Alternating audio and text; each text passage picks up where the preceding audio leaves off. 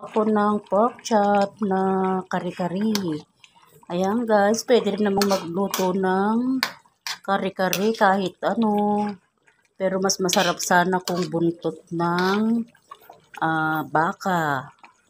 Kaso, hindi pwedeng ulamin ni Mr. ang buntot ng baka kasi may rayuma. Kaya ito, nagtry akong nagluto ng pork chop. Ayan guys, at masarap naman siya. Nilagyan ko siya ng maraming peanut butter. Ayan ang aming dinner for today. Ayan, tapos meron din tayong alamang.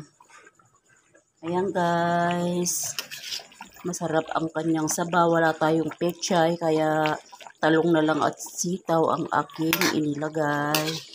Thank you for watching. See you again on my next video. God bless sa ating lahat.